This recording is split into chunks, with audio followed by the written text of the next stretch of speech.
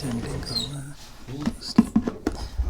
आटा की चैंटिंग ना मैं शुरू करूँगा वैसे करना। तो पहले वो करना है।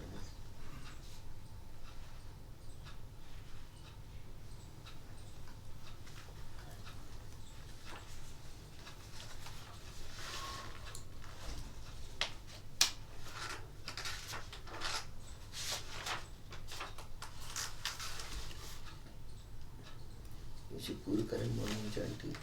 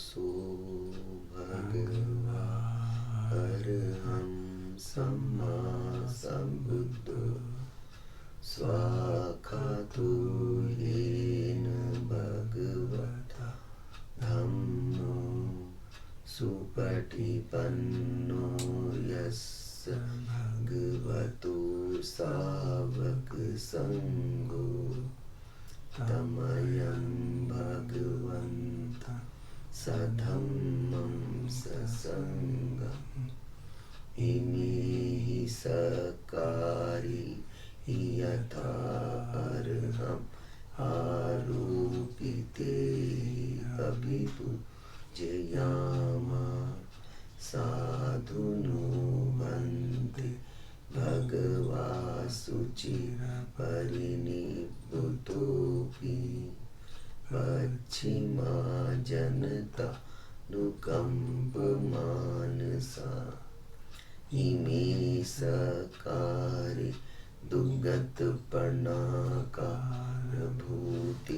पटिगृह्णातु अम्भाकं दीर्घरतं हिताय सुखाय अरहं सम्मा सम्बुद्धो भगवा बुद्धं भगवन्तम् अभिवादे स्वाखातो भगवता धम्मं नमस्सामि सुपटिपन्नो भगवतो सावक संघो संघं नमामि।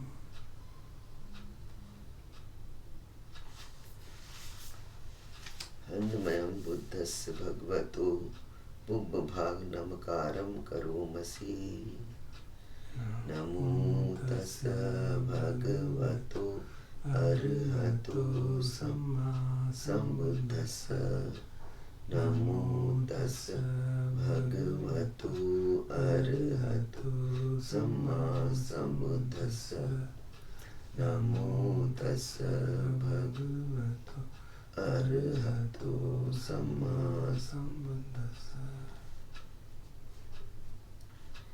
हन्दवयं बुद्धाविधूतिं करोमसि योऽसो तथागतो अरहं सम्मा सम्बुद्धो विद्याचरणसम्पन्नो सुगतो लोकविदु अनुत्तरो पुरुषधम्मसारथि सत्ता भूतादिव मनुष्यानं बुद्धो भगवाति यो इमं लोकं सदेवकं समारकं सब्रह्मकं ससमन ब्रह्मणिं भजन् सदेव मनुष्यं सन्न्यम् अभिन्यासच्चिकृत्वा परेदेशि यो धम्मं देशे आदिकल्याणं मध्ये कल्याणं पर्योसान कल्याणं साधं सव्यञ्जनं केवल परिपूर्णं परिशुद्धं ब्रह्मचर्यं पपासेसि तमहं भगवन्तम् अभिपूजयामि तमहं भगवन्तं शिरसा नमामि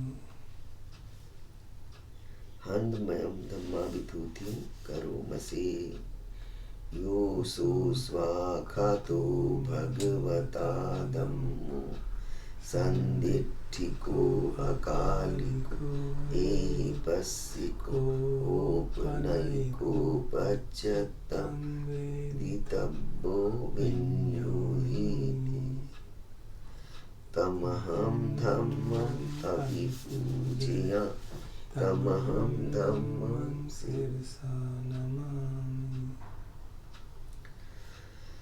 हन्दमयं संगाविधूतिं करोमसे योऽसो सुपटिपन्नो भगवतो सावकसङ्घो उजुपटिपन्नो भगवतो सावकसङ्घो न्यायपटिपन्नो भगवतो सावकसङ्घो सामीचिपटिपन्नो भगवतो सावकसङ्घो यदिदं चत्वारि पुरुषयुगानि अट्ठपुरुषपुङ्गला एष भगवतो सावकसङ्घो आहुनेयो पावनेयो दक्षिणेयो अञ्जलिकरणीयो अनुत्तरं पुण्यखेतं लोकस्याम्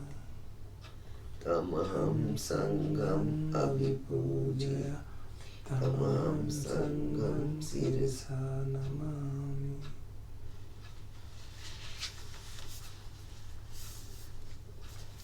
हन्मयं व्रतन्तय प्रणाम गाथा यो चैव संवेग परिकीर्तन पाठं च भणामसि बुद्धो सुशुद्धो करुणामहर्णवो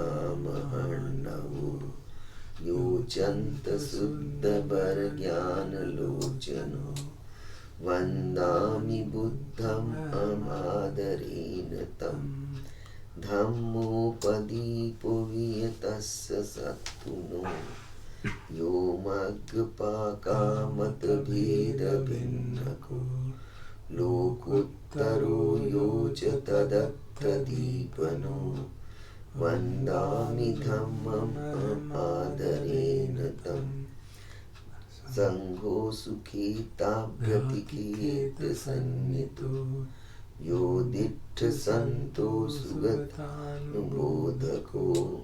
लोलप्पहीनो अर्यो सुमेधसो वन्दामि संघम् आदरेण तं पुण्यं मया यम मम सबुपद्दवा माहोन्तु ते तस्य भावसिद्धिया इध तथागतो लोके उपन्नो अरहं सम्बुद्धो धम्मो च देशितो नियानि उपसमिको परिनिब्बानिको सम्बोधगामी सुगतपवेदितो मयं तं धम्मं श्रुत्वा एवं जानामि जातिपि दुःखा जरापि दुःखा मरणमपि दुःखं सुख परिदेव दुःखो मनुष्योपायासापि दुःखा अप्येहि संपयोगो दुःखो प्येहि विपयोगो यमपीच्छं न लभति तमपि दुःखं संकीर्तेन पंच उपादानखंडा दुःखा सेयतीदं रूप उपादान खंडो वेदना उपादान खंडो संज्ञा उपादान खंडो संघार उपादान खंडो विज्ञान उपादान खंडो ये संपरिन्याय धर्मानु भगवा एवं बहुलम सावके विनेति एवं भागा च पनस्य भगवतो सावकेषु अनुशासने बहुला पवत्तति रूपम अनित्यं वेदना अनित्या संज्ञा अनित्या संहारा अनित्या विज्ञानम अनित्या रूपम अनत्ता वेदना अनत्ता संज्ञा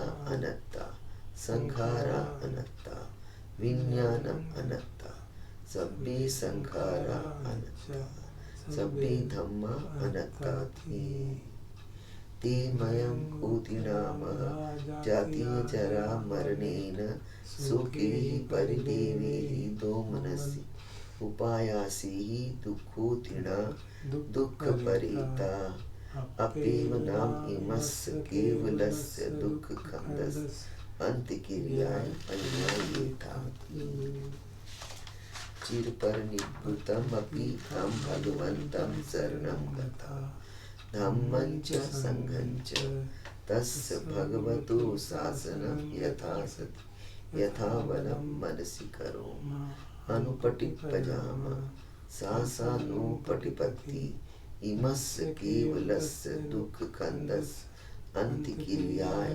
संवतति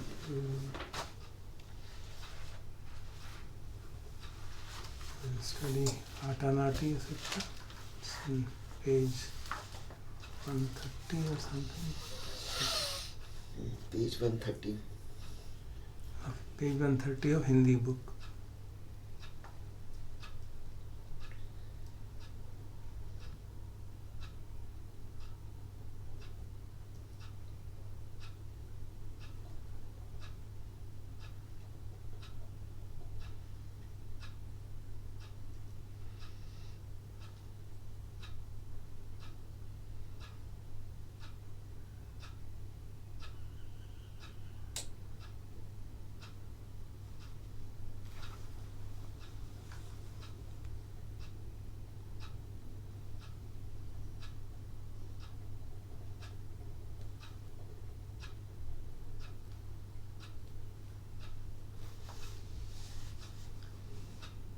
This is Atanati Parittam, which is a part of Atanati Sutta of the Nikaya.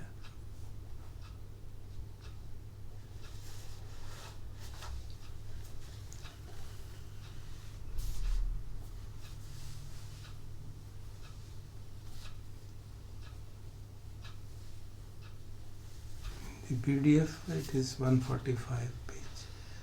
Vandana Pustika PDF, 145 page.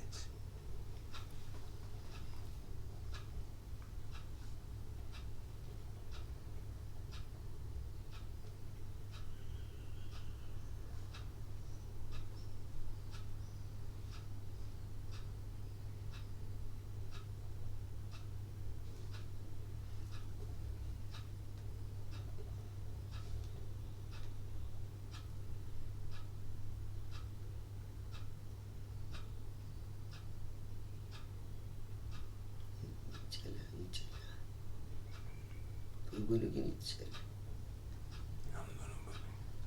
तो बोले रात में चलो मुद्र करू ना तो एक माझ्या मिसिंग काही मतलब शुरू के जिशन पाची येत पडचुनी होता मध्ये मुझे सो इसलिए बना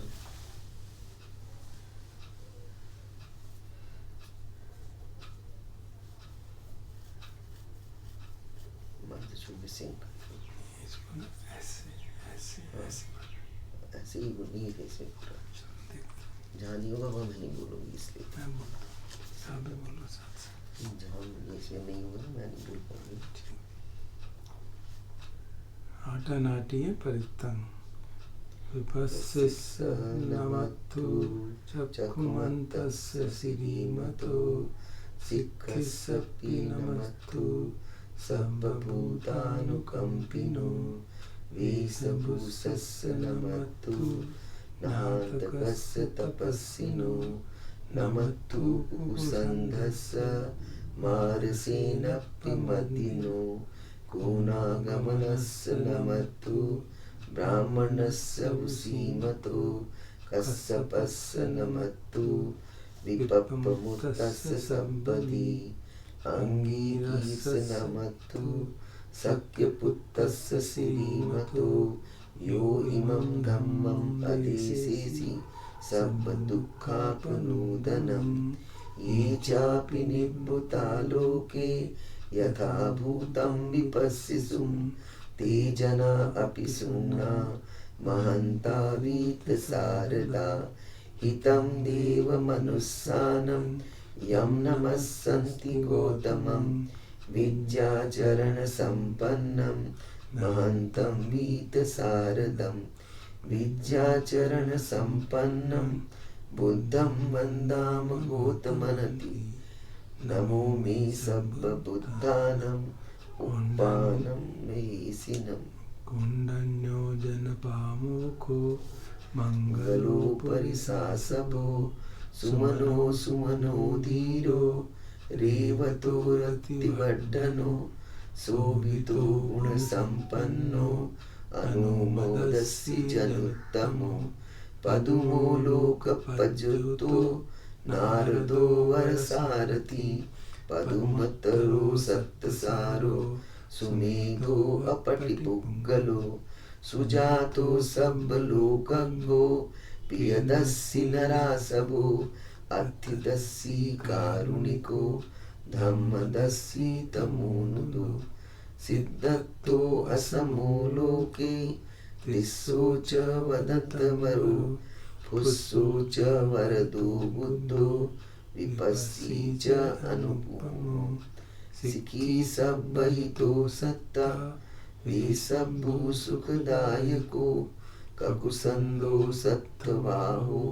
कोणागमनो रणञ्जो कश्यपो सिरिसम्पन्नो गौतमो सख्यपुङ्गवो एते चैले च सम्बुद्धा अनेकशतकोटियो सब्बे बुद्धा असंसमा सब्बे बुद्धा ब्रह्मचक्रं पवर्तन्ति लोके अपटिवतीया उपेता बुद्धधम्मे 18 नायका त्वतिंशलक्षणपीता सीतानुव्यञ्जनाधरा व्यामप्पा सुपप्पा सब्बे ते मुनिकुञ्जरा बुद्धा सबन्युते सब्बे क्षीणासवाजिना महापभा महातेजा महापन्या महाबला महाकारुणिका धीरा सब्बे सानं सुखावा दीपानाथा प्रतिष्ठा च ताणालेना च पाणिना गतिबन्धु महस्सासा शरणा च हितेशिनो सदैव कस्य लोकस्य सब्बे एति परायणा तेषां शिरसा पादे वन्दामि पुरुषोत्तमे वचसा मनसा चैव वन्दामि ते तथागते शयने आसने ठाने गमने चापि सर्वदा सदा सुखेन रक्षन्तु बुद्धा सन्ति करा। इसमें आ गया बुद्धा सन्ति करातुवं तेहि त्वं रक्षितो सन्तो मुक्तो सर्वभयेन च सर्वरोगविमुक्तो सर्वसन्तापवर्जितो सर्ववीरमतिकन्तो निभृतो च त्वं भव तेषां सच्चेन शीलेन खन्तिमेता बलेन च तेऽपि तुं मे अनुरक्षन्तु आरोग्येन सुखेन च पूर्तिमास्मि दिशा भागे सन्ति भूता महेद्दिका तेऽपि तु मे अनुरक्षन्तु आरोग्येन सुखेन च दक्षिणमस्मि दिशाभागे सन्ति देवा महिद्दिका तेऽपि तु मे अनुरक्षन्तु आरोग्येन सुखेन च पश्चिमस्मिन् दिशाभागे सन्ति नागा महिद्दिका तेऽपि तु मे अनुरक्षन्तु आरोग्येन सुखेन च उत्तरस्मिन् दिशाभागे सन्ति यक्का महिद्दिका तेऽपि तु मे अनुरक्षन्तु आरोग्येन सुखेन च पुरीं दिशं दतरट्टो दक्षिणेन विरुल्लको पश्चिमेन विरूपको कुबेरो उत्तरं दिशं चत्तारो ते महाराजा लोकपाला यशस्विनो तेऽपि तु मे अनुरक्षन्तु आरोग्येन सुखेन च आशा आकाशट्ठा च भूमट्ठा देवा नागा महिद्दिका तेऽपि तु मे रक्षन्तु आरोग्येन सुखेन च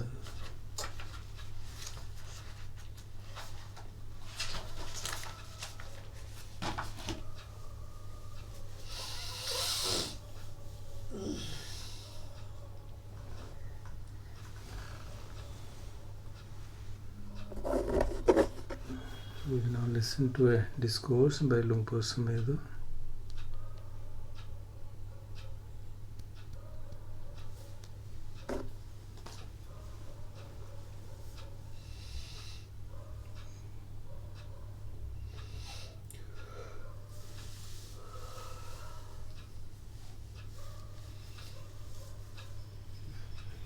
This is the discourse given by Lumpur on the first day of the retreat last year in Thailand. Good morning, everybody. I hope you slept well last night.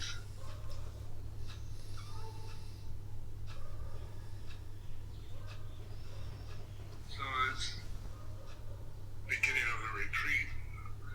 The key word for this retreat is mindfulness.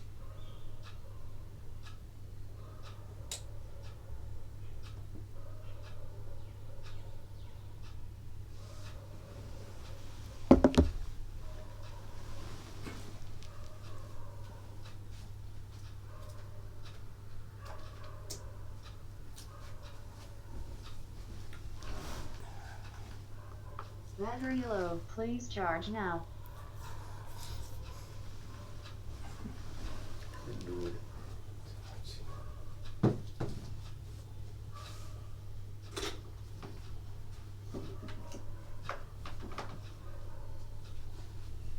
वजह में दूर से जाएंगे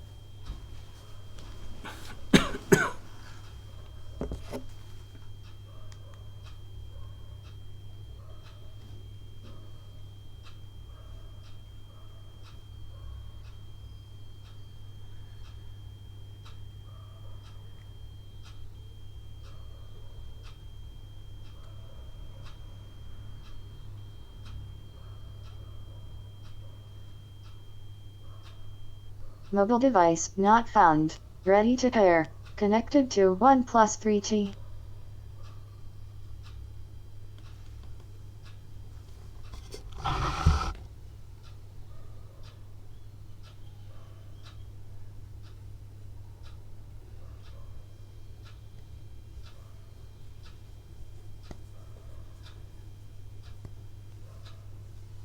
So good morning, everybody.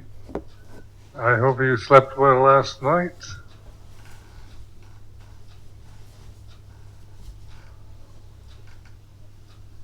So it's beginning of the retreat. The key word for this retreat is mindfulness, awareness. When I use these terms, mindfulness, awareness, consciousness, they're all the same. They're not like any great difference between the definition. What it is, this is the door to the deathless. When we talk about Dhamma, we talk about just the word Dhamma. It's the deathless reality.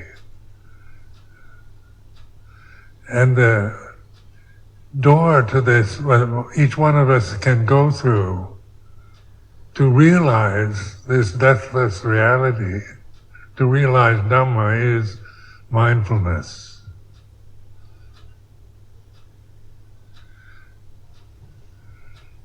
So when the Buddha was enlightened, he made the pronouncement, aparuta desang amatasatawara esodavanta bhamunchantu satang.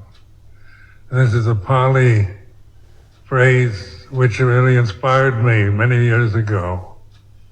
It says, aparuta desang amatasatawara, the gate, the door to the deathless is open. Yesodavanta bhamunchantu satang. Trust in this awareness.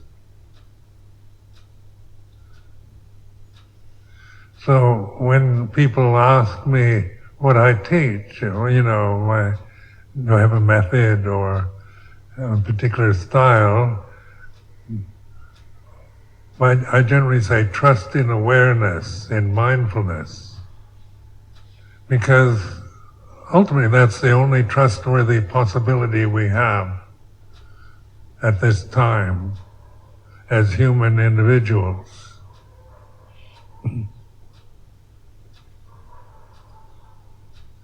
Then there's the Dhammapada, one on mindfulness, appamado amattapadang. Mindfulness is the way to the deathless. Amattapadang is padang is usually translated as path. Amatta is deathless. Appamado amattapadang. Mindfulness is the path, is the way to the deathless. Pamado machuno padang. Heedlessness, not being mindful, not being aware, is the path to death. So death is the reality we face in terms of the end of our lives, the span of this body that we identify with. What is born dies. What begins ends. What arises ceases. What comes must go.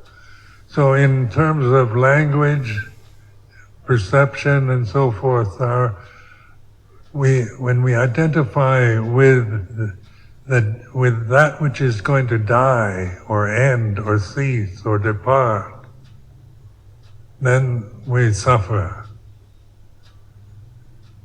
Because we're not a physical body. We're not, even though you believe that you are your physical body, actually you're not. The physical body is like all the other, like the trees, the animals. It was born and will die. And because we're so attached to believing that our limitation is through just identifying, clinging, and believing that we are this physical form, male or female, then we suffer, which is the first noble truth. because we're not actually that. So what are we at this very moment? If we're not a physical body, we're not a man or a woman, we're not young or old, we're not Asian or European. What is it that is ultimately real for all of us at this very moment that we're sitting here in this sala? Is awareness, consciousness.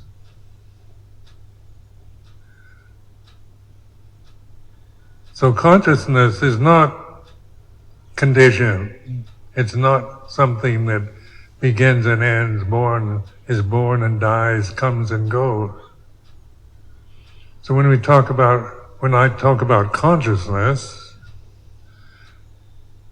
translated into Pali viññāna or citta viññāna, I'm talking about the deathless that you're experiencing right now. The reality of this moment is you know you're conscious. As I referred last night to the fact that if I asked any one of you or all of you whether you're conscious or not, you don't have to ask somebody else whether you are. You know right at this moment, the moment I ask, that you're conscious. So consciousness is the reality of this moment that isn't a condition that we create. We don't create it. We don't identify with it. We identify with the conditions, the physical body, with our thoughts, with our memories. We identify with our feelings, our emotions, what we sense through seeing, through hearing, smelling, tasting, touching. We identify with all that is mortal and impermanent. And then we wonder why we suffer, because we're attached to the changing conditions that we're experiencing through consciousness. So on this retreat, the emphasis is is encouragement, a direct pointing at ultimate reality. So you begin to identify with what is truly real, which isn't about birth and death, which isn't about male or female, about good and bad, right and wrong. And that is the consciousness we're all experiencing. This consciousness at this moment is unitive. It's one. It's not mine. I can't claim it as, separate, that it's in me. We tend to believe that consciousness is in the body, inside us. So this is one of the basic delusions I'm challenging at this time on this retreat, that the belief that consciousness is personal. It's contained, limited by your physical body, because it's not that way. In terms of Dhamma, consciousness has no dimension. It's immeasurable. It's not limited to any single form. It's not about separateness. It's universal. It's whole, it's completeness. And we're all within that one consciousness at this moment. Perfect and complete. And when I ask you if you're conscious, you say, yes, you are, but you can't find it.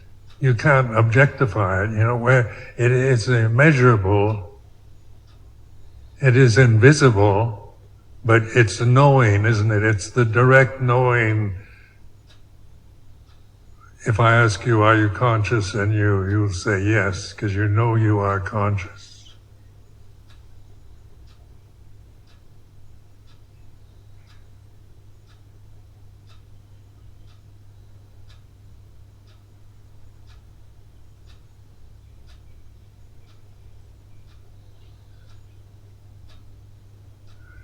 So in terms of forms, like each individual in this room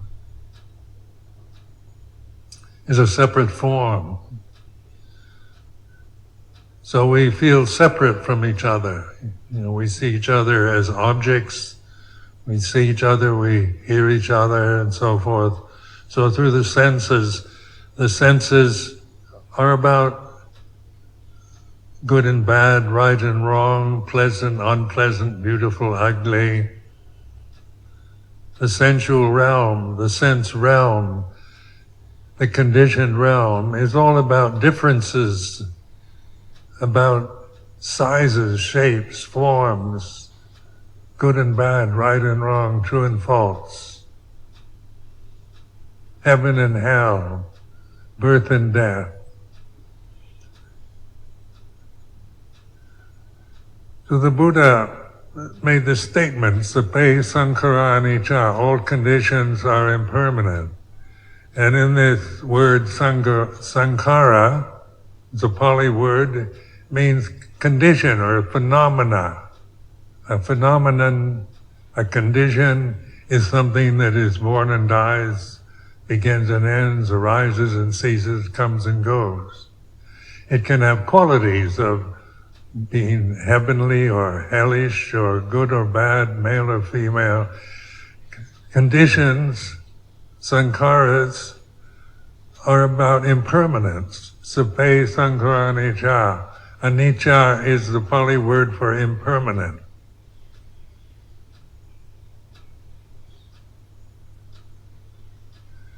Now this is the brilliant method of the Buddha who established this teaching 2,562 years ago in India. So it's not like a modern teaching, it's a wisdom teaching, and it's pointing to the impermanency of this realm that we're experiencing through these mortal forms that we identify with.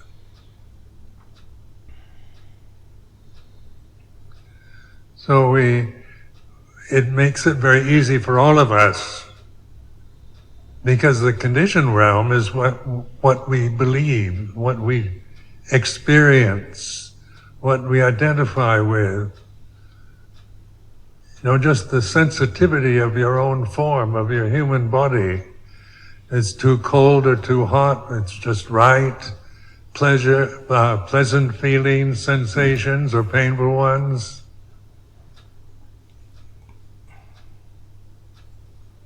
What you see, depends on the conditions, whether it's beautiful, pleasant, or ugly, or unpleasant.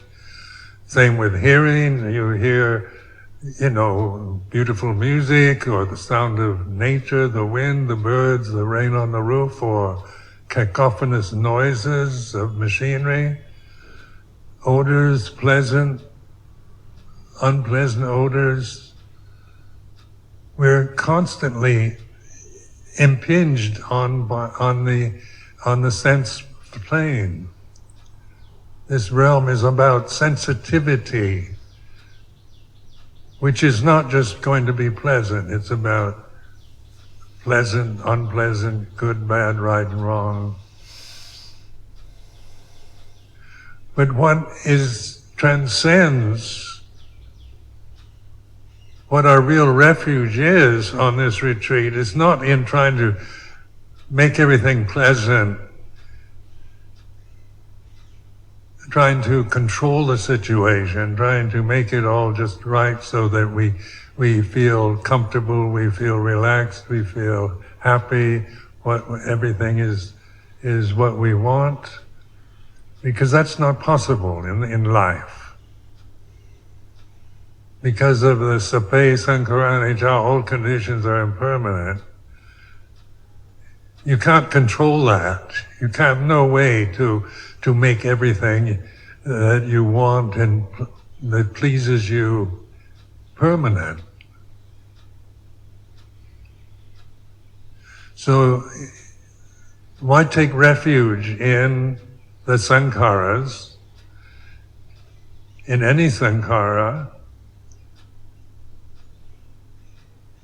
just seeking for happiness, for security, for stability, for love, for permanent relationships with loving relationships with somebody else, with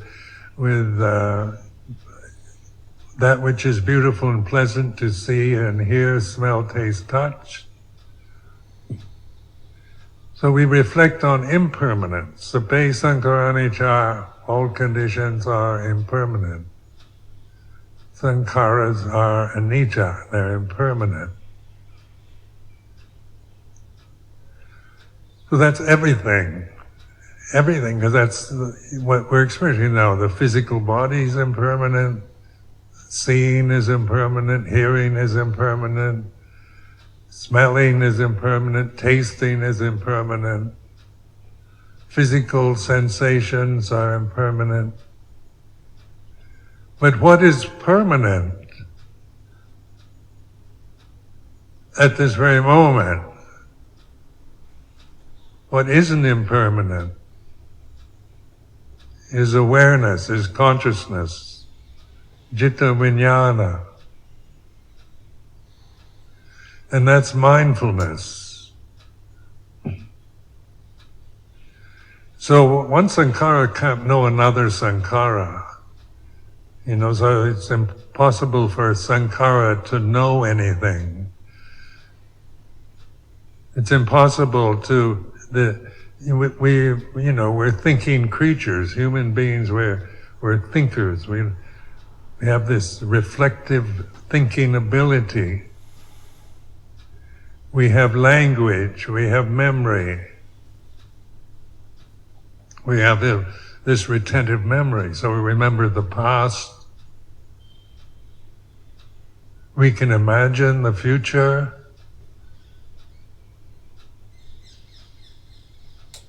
But mindfulness is here and now. It's not about being mindful in the future or going on a 10-day retreat and becoming mindful.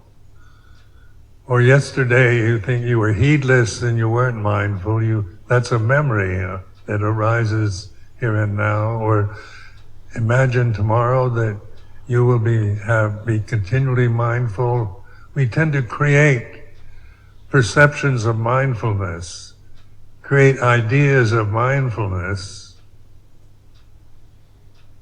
They're words, they're thoughts that come and go, they're all sankharas.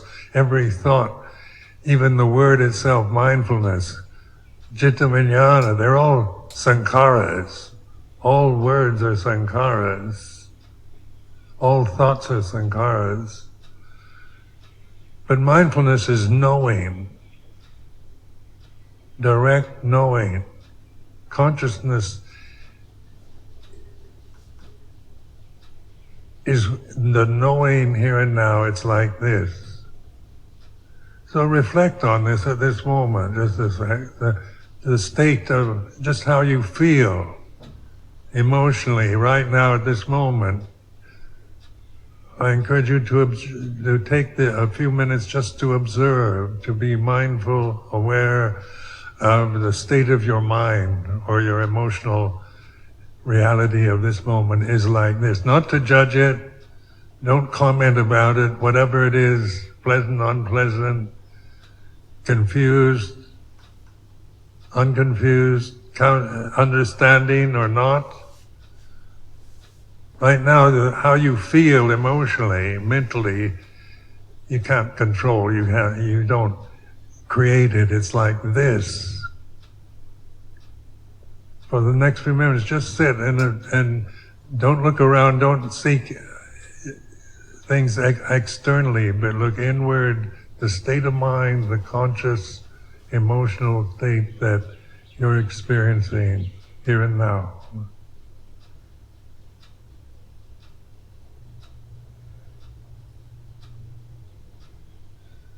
Be the knower. Be the knowing itself. Not the critic, like we tend to align knowing with thinking. And thinking is a critical function. It's a sankhara. All thoughts are sankharas. They're about good and bad, right and wrong, true and false. So thinking is, it criticized. This is big, this is small, this is better, this is worse. This is desirable, this is undesirable. The thinking process is about, size, shape, color, quality, form, which you can imagine anything into, anything through thinking. The fantasy worlds, the dream worlds, the tomorrows we plan, our imaginations, our images that we create through thinking. So like when we think of the future, we think of a holiday, and we imagine, having a pleasant holiday in some resort in Thailand. That's imagination. We remember yesterday when you arrived here at Putarafa Resort. What is that right now? Yesterday is a memory that it's a sankhara. Memories are sankharas. Imagination, fantasy. When we think of the future, we also think with dread, when we think about politics or economics or social development or our own life, getting old.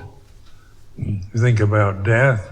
We imagine, we create images of dying. That's imagination, that's sankhara. So memories of the past, when you remember when you were a young child, 5-year-old girl or boy, or you have memories when you were 10 or 15, 20, 30, 40, and so forth. All those memories are sankharas. And the knower, this knowing of sankharas, is mindfulness. It's not grasping sankharas anymore. It's reflecting on them. When we grasp sankharas out of ignorance of Dhamma, out of heedlessness, not being mindful, then that's the cause of suffering.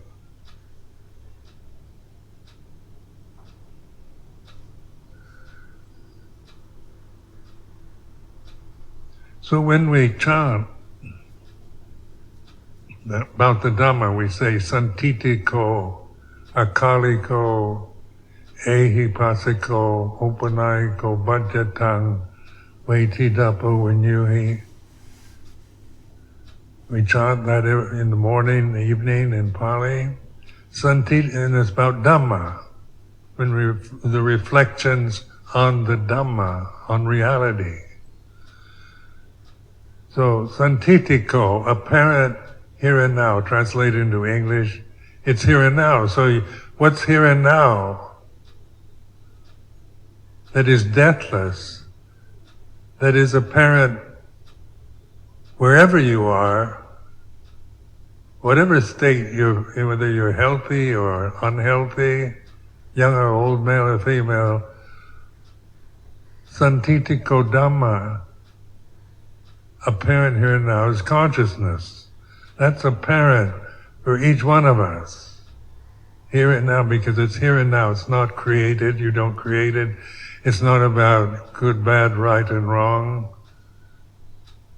It's not a thought, not an image you imagine. It's a knowing. Apparent here and now, Santitiko, Akaliko, timeless, Akalika Dhamma. Try to imagine timelessness See if you can imagine anything, create any image of timelessness. You can't do it. The thoughts are about time. They're sankharas, they have a beginning and ending. Timelessness has no beginning or ending. It's not past or the future, which at this moment, for each one of us, the past is a memory, the future is imagination. But here and now, it's santitiko akalika dhamma, timeless. And when you reflect on your life, you realize there's only akalika dhamma. You're only here and now, no matter how long you've lived and how much you've experienced, experience is always now. It's not the future, it's not the past. Experiences of the past are memories. Possible experiences in the future are images. But the reality that you're of here and now is knowing. It's like this.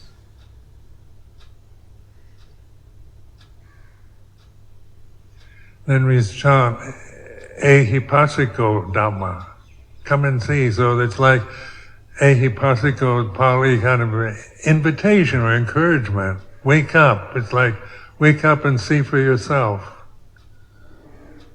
Don't believe what I'm saying. It's just, so this kind of ehi word means come and see, or an invitation, an encouragement to be aware, to trust awareness.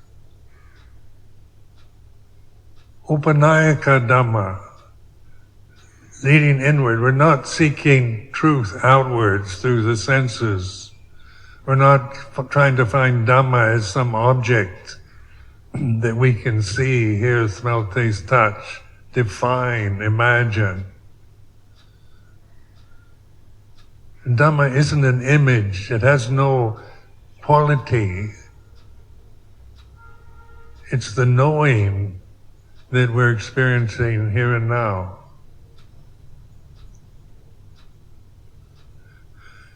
So the direction in meditation usually is to stop looking outward, seeking, through thinking. Thinking is always going out to imagining, trying to grasp ideas, trying to get something you imagine you'd like to have. You'd like to get samadhi.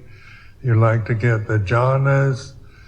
One would like to get enlightened, become a stream enterer. One would like to become an arahant or a Buddha. These are thoughts. These are impermanent conditions that we create. So the desire to get something is we're imagining something better than here and now that we'd like to get. Or maybe we're trying to get rid of something we have now, bad thoughts, negative thoughts, doubts, worries, depressive feelings, and so forth. We want to get rid of them. Through this process of sensory desire for sense comfort, sense pleasure, sense control, desire for getting something we don't have right now that we imagine would be better, or trying to get rid of something, feelings, emotions, memories, habits that you don't like, you don't want, you want to get rid of them. These are desires, tanha, that we create.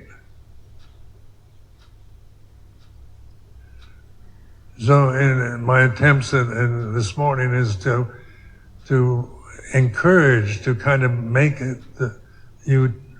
encourage you to trust this awareness that's natural. It's not created. It's not about getting anything. It's not about attaining. It's not about getting rid of things. It's the awakening to the reality of knowing, trusting in this direct knowing, not knowing about something. It's not like studying psychology or science or history or art and knowing all about what scientists say, what philosophers have said in the past. It's not knowing about, because that kind of knowledge we have plenty of. We're educated, we've been through schools, universities, we've acquired a lot of knowledge, but that's not knowing. That's acquired sankharas that we've accumulated through memory, through education, through social conditioning, through cultural conditioning, through religious conditioning. But the Dhamma is here and now, apparent here and now, timeless. Encouraging investigation. So, ehipasiko can be translated encouraging investigation. Is it like this wake up and observe the way things really are? And of course then all sankharas are impermanent, sape sankhara anicca. Then the second important phrase the Buddha pointed to is sape dhamma anatta, all Dhamma, reality itself is non-personal, is anatta.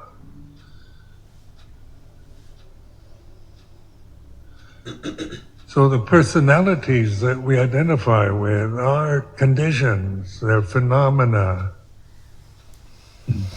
And the personality changes according to conditions. For example, when you're feeling healthy, vigorous, your personality follows that. It's happy.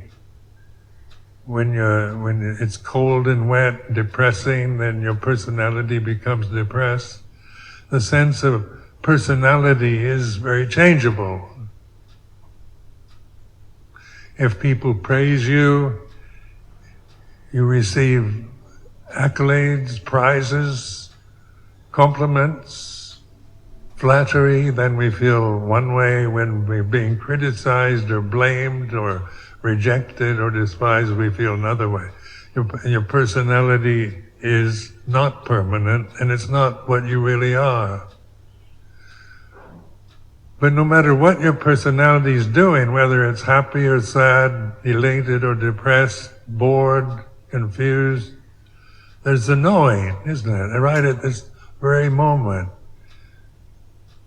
mindful, aware of the emotional state, the mental state you're experiencing is like this. Notice that these words in English, it's like this. They're words, they're sankharas, but they're non-descriptive. They're not describing anything or evaluating anything. It's not about how you're feeling is right or wrong or normal or abnormal or whatever. It's like this. Confusion is like this. Interest is like this. Boredom is like this. So in the Pali, we have a word, datta, dattada, which means like this. It's like this. Or in Thai, you say benyang niang.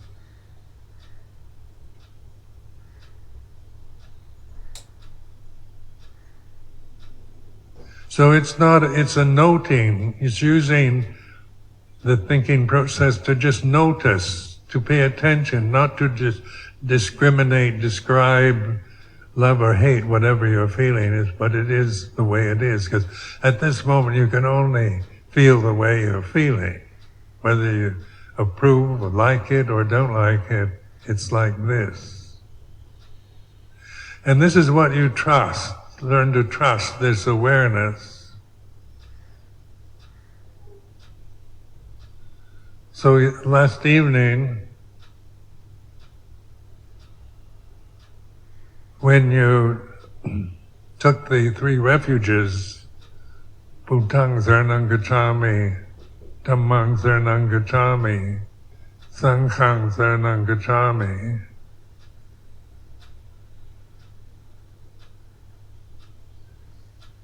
it's this knowing.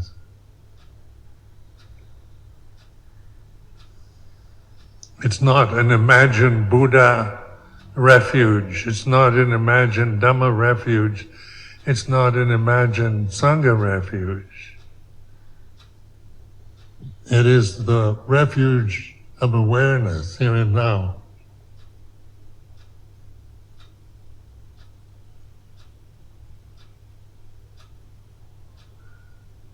So now I encourage you just to sit and have this sense of relaxed attention, not striving that you've got to get something.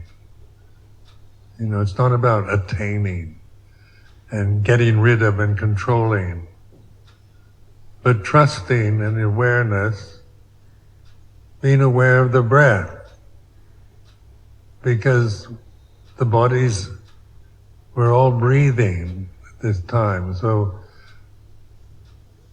the next few minutes, just be aware of the inhalation is like this, exhalation is like this. Not commenting on the inhalation or exhalation, just noticing, being mindful of this natural phenomenon of breathing.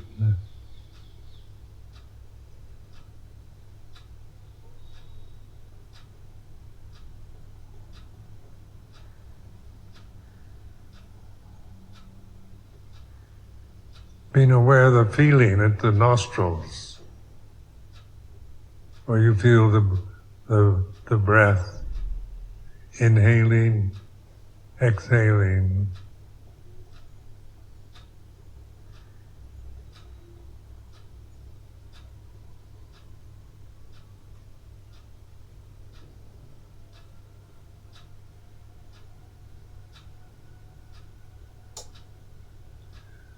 If your mind wanders, just recognize when you're thinking about wandering off somewhere else.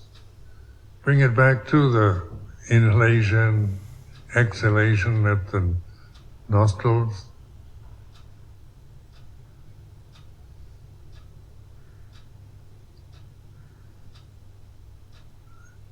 You can repeat to yourself, inhalation is like this, just so you're informing the way it is. Exhalation is like this.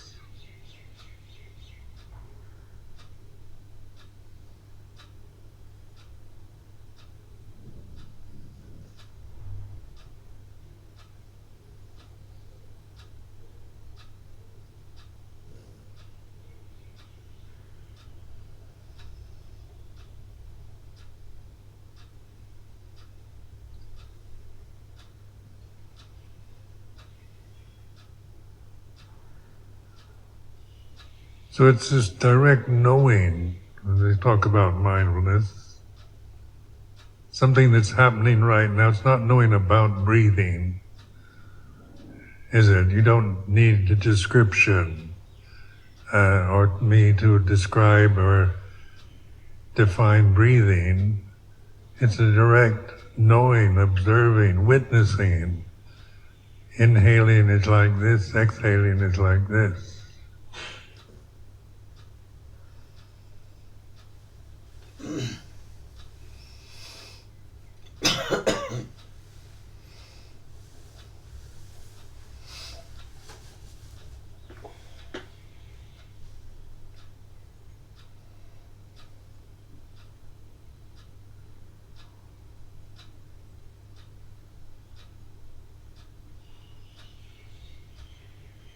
Even if you're thinking, your mind's wandering, there's knowing.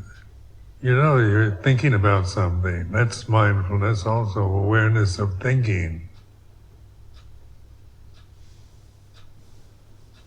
So mindfulness is, it's constant, it's with us. It's timeless.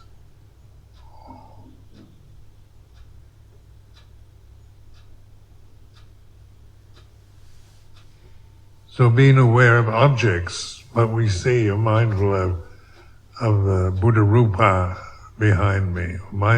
You're aware of me as an object of sight. That's awareness. But the awareness that we identify with is always seeking objects. The world we create, the imaginary world that we live in and experience, is created through thoughts, through judgments, through memories, images. So mindfulness of the breath, inhalation is like this. You're not creating anything. You're just aware of the way it is.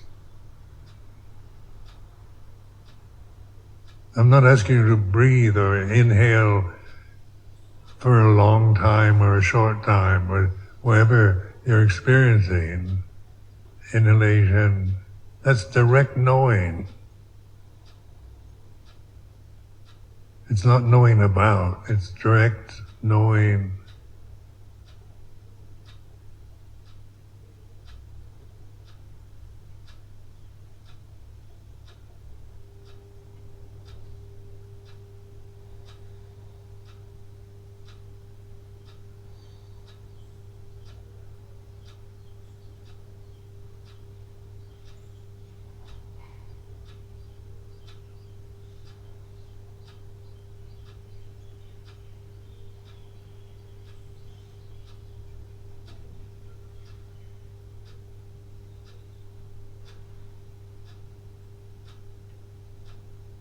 So Aupanayika Dhamma, it's inward, isn't it? We're not seeking to know about things externally.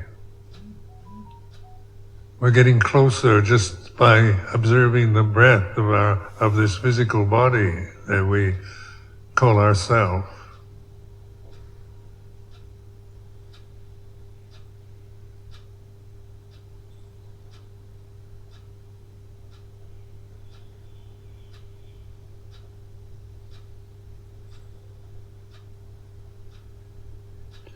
Then just observe the posture, just the sitting posture. There's 4 postures that we use throughout the day and night: sitting, standing, walking, lying down.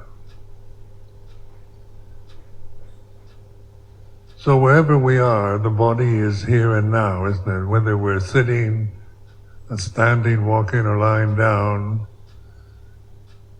So the body is here and now.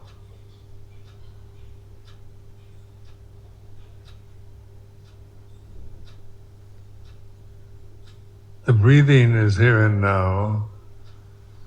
But it's sankharas. Their body changes,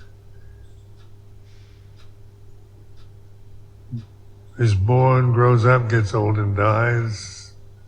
The breathing is impermanent. Inhalation, exhalation, there's no permanent inhalation, permanent exhalation. But the knowing, that's our refuge, is in this witnessing, this Puto. In Thailand, the Thai forest tradition usually uses the mantra, Puto. The Buddha's name is actually Puto, the name of the Buddha, which means awareness. Puru, the knowing.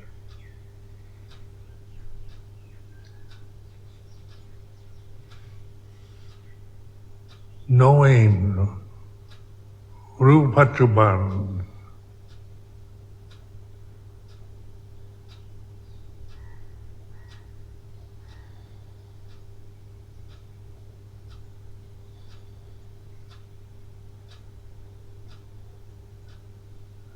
The nature of the thinking mind is to wander. Thought is a wandering condition. So that's its very nature. So when we're so conditioned, so habituated to thinking and defining, giving names to things. Reality for us, we have to name it for it to be real. We have to define it, describe it.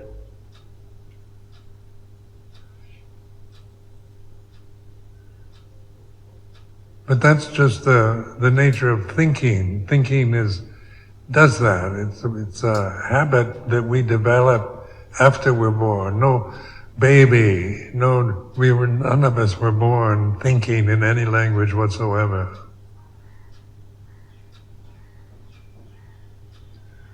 But a newborn baby is conscious, and it has a human form, an infant's form. But the consciousness is universal consciousness. It's not a kind of separate baby's consciousness. But it hasn't learned to think yet or describe itself as male or female, Thai or American or anything like that. It has no nationality, no sense of its separate self, its self-worth. Consciousness is pure. Consciousness is perfection. So the same consciousness that a baby has when you were a newborn baby, it's the same. It's not changing. Consciousness doesn't grow up, get old, get sick and die. So what you remember when you were a teenager, when you were 5 years old, teenager, 20, 30, 40, 50, the consciousness is the permanent reality that doesn't change. The forms change, from a baby's form, dependent on the mother, totally dependent for survival on the mother.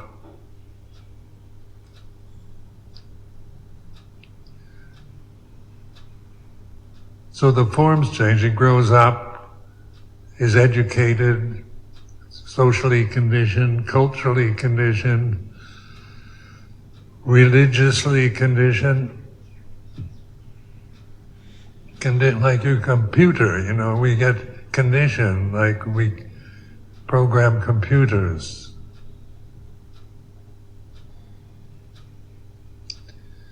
But consciousness is unconditioned. And that remains unconditioned. It's not personal. It's not male or female. It's not Thai. It's not American.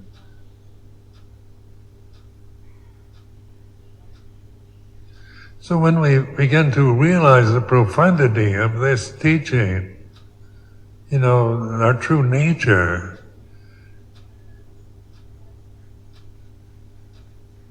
it's the end of fear, end of delusion.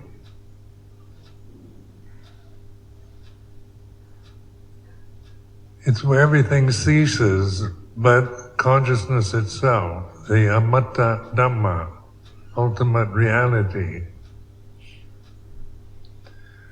When we're caught in the sankharas as our world that we live in, then there's always dangers, there's a lot of fear, a lot of resentment. There's hope and then there's dread. You hope for the best, dread that everything's going to go wrong. The sankharas are like that. They create, when we attach to them out of ignorance, out of not trusting awareness, then this is the cause of suffering, the First Noble Truth.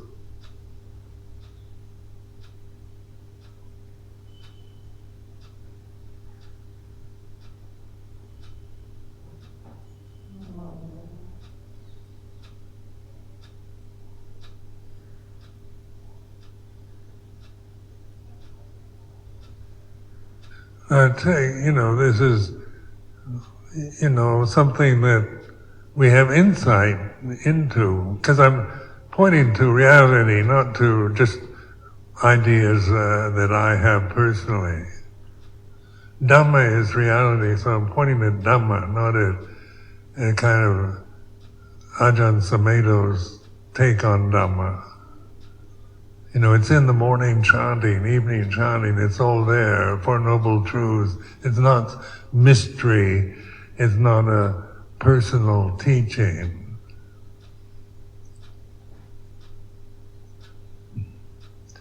So like the kind of beauty of the Buddha's teaching is it's very direct. It's not, that's why it's usable, why it's practical even to this day, even though it's considered an ancient teaching. Like Buddhism is considered by modern humanity as an ancient religion.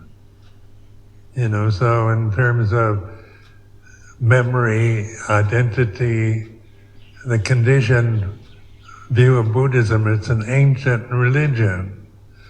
And so many people ask themselves, why, after all these years, it's been around for 2,500 years, why have Westerners, Europeans, Americans, why have they suddenly become interested in this ancient religion from India?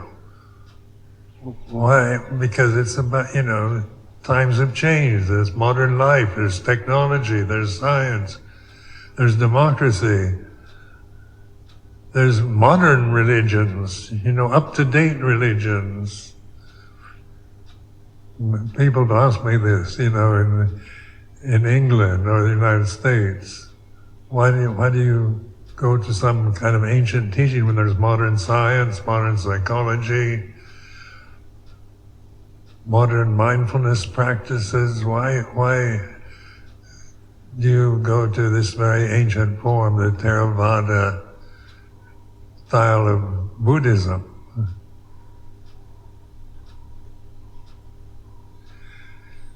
But notice the teaching is timeless. The Four Noble Truths isn't about ancient Indian culture.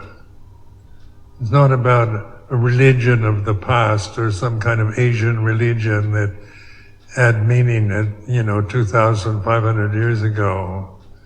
But what can it offer to modern, sophisticated Western scientists, psychologists, philosophers? What does it have to offer in the modern world? And it is this simple teaching, timeless teaching of the Four Noble Truths. Like suffering is not about ancient India, it's about how people suffered 2,500 years ago. It's about the reality of our own worries, anxieties, fears, guilt, remorse.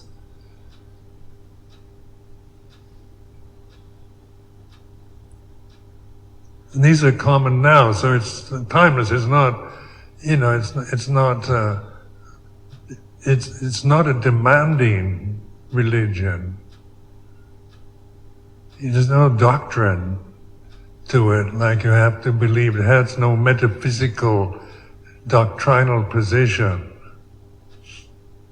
So it's not demanding that you believe in Dhamma or believe in Buddha. Because the Buddha's first sermon after enlightenment was not about belief. Belief is something you have to acquire.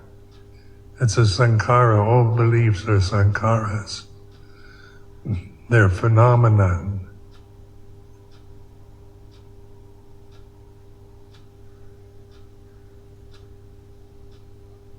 So when I talk about direct, so when we look at the First Noble Truths,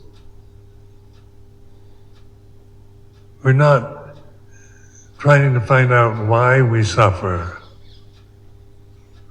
It's not about why there's suffering, why I have to suffer. its suffering is like this. So you're looking at yourself and your own thoughts or memories, fears, guilt, regrets, remorse. You're looking at your hopes or dread for the future that you create, that you're experiencing. So it's upanayaka, looking inward, being the puto, puruna, knowing. And that's what consciousness is. It's not a kind of zombie state of kind of blankness. It's a alert, bright, luminous knowing. It's like this.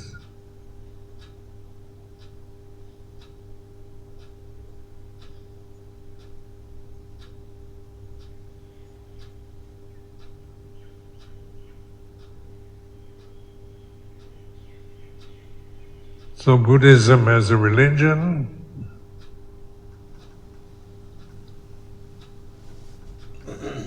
some people like in England used to say it's not a religion, it's a humanistic philosophy. It's like most religions have metaphysical positions, beliefs in God or in something that is high, that is not available. You can't objectify, you can't find it, but you have to believe. So belief is something that is imagined. It's given to us. We're given beliefs. We create beliefs. But what isn't a belief at this moment? It's like the breathing is like this, the emotional, the mental state is like this. It's not about believing in anything about it, but it is the way it is. And this is knowing. It's awareness, non-judgmental, non-discriminating awareness.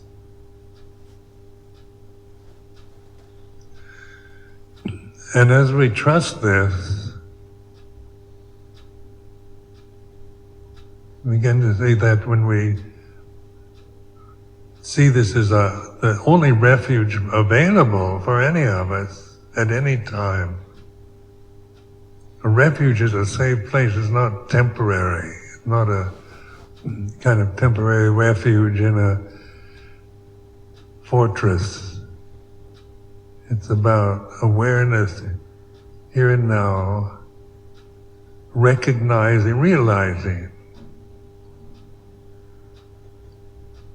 that your true nature, your true identity is Dhamma, is reality itself, consciousness, rather than the belief that you are the physical body, the belief that your thoughts are what you are, your memories are yours. The feelings of pleasure, pain, neutral feeling are personal. Everything is taken in the me, the mind, the personal, the identity. That's not a refuge that you can trust.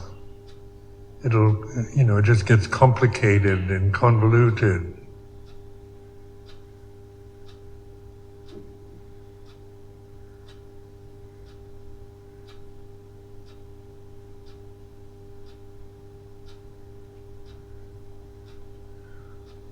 So this is enough for now. The remaining time till the mealtime. I'm encouraging Ajahn Asoko to instruct, guide meditation during this retreat.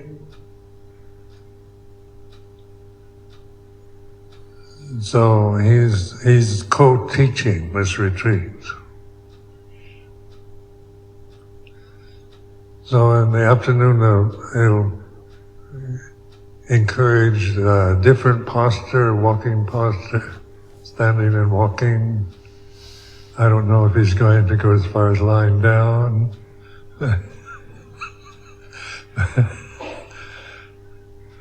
But the 4 postures, remember, irremote seeing, what is always present, isn't it, here and now, in terms of the physical body's in either sitting, standing, walking, lying down, there's breathing.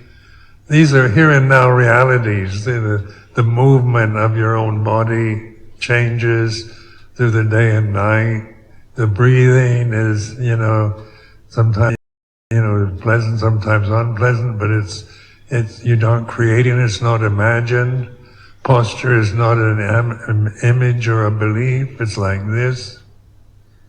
So in basic meditation, you're kind of reflecting on the way it is in terms of the most obvious constant conditioning that we're experiencing, such as the 4 postures, the breathing, anapanasati.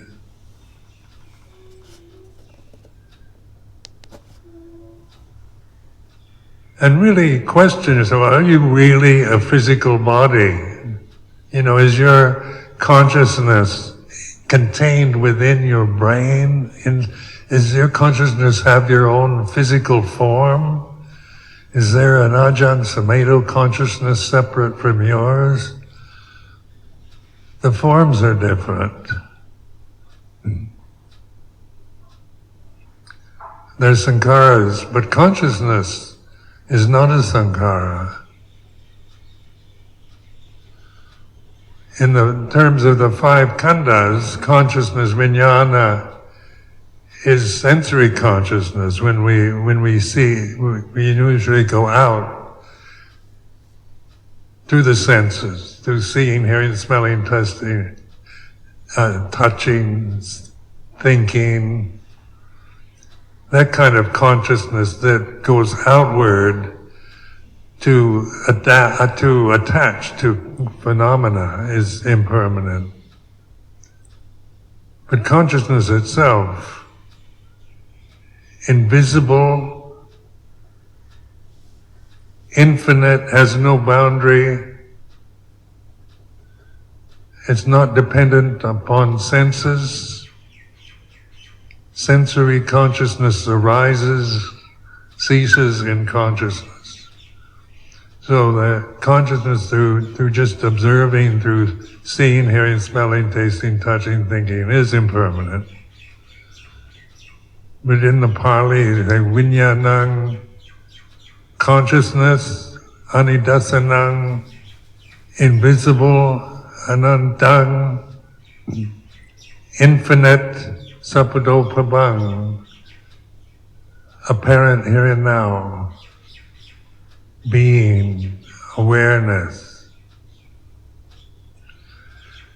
Consciousness is no boundary, so it's impersonal. So you begin to recognize pure consciousness, vinyanang, anidasanang, anantang, sapadopabang, consciousness knowing itself. Consciousness not seeking knowledge through the senses, but knowing itself. That's the third noble truth. The end of suffering.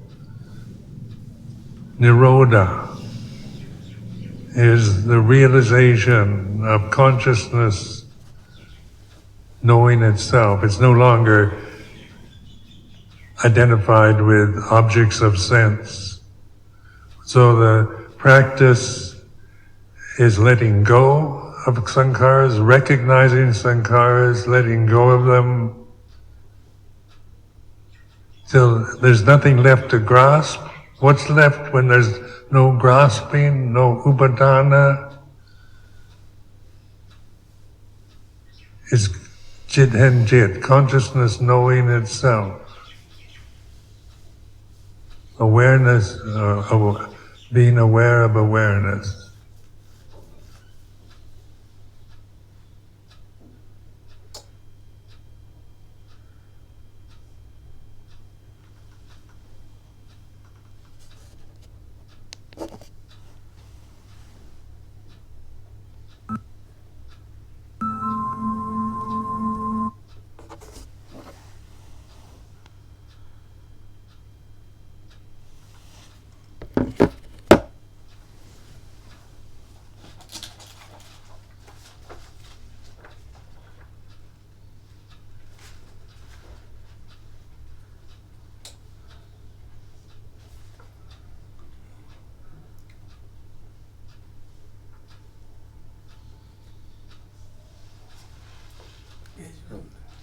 page 30 in the book. Hanmayam meta farnam bhanamas karomase.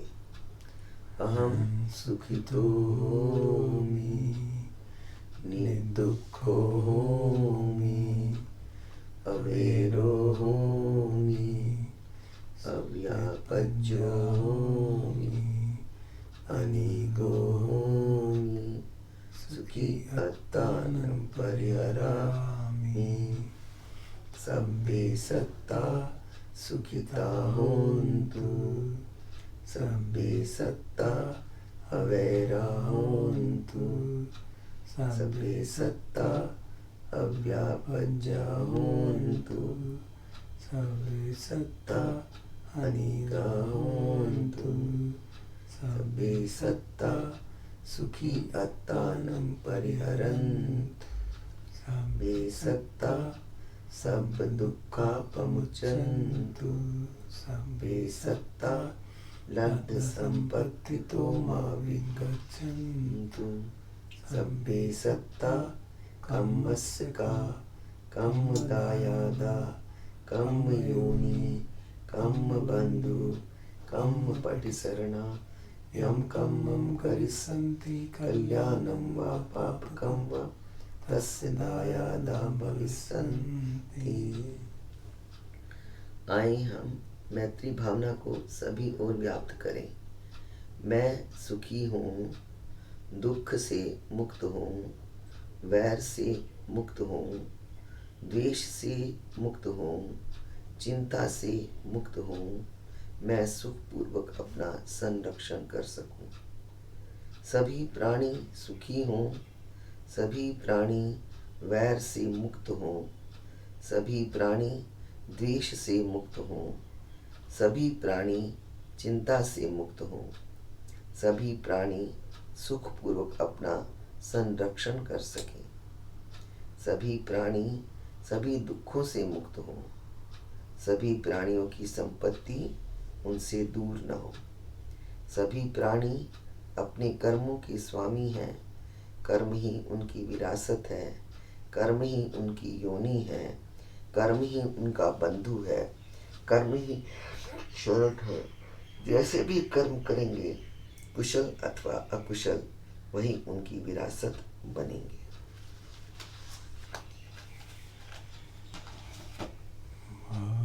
सर्व मंगलम रक्षन्तु सब देवता सब बुद्धानुभावेन सदा सुखी भवन्तु ते। भवतु सब मंगलम रक्षन्तु सब देवता सब धम्मानुभावेन सदा सुखी भवन्तु ते। भवतु सब मंगलम रक्षन्तु सब देवता सब संगानुभावेन सदा सुखी भवन्तु ते। अरहं सम्मा सम्बुद्धो भगवा बुद्धं भगवन्तं अभिवादे। स्वाखातो भगवता धम्मो धम्मं नमस्सामि। सुपटिपन्नो भगवतो सावक संघो संघं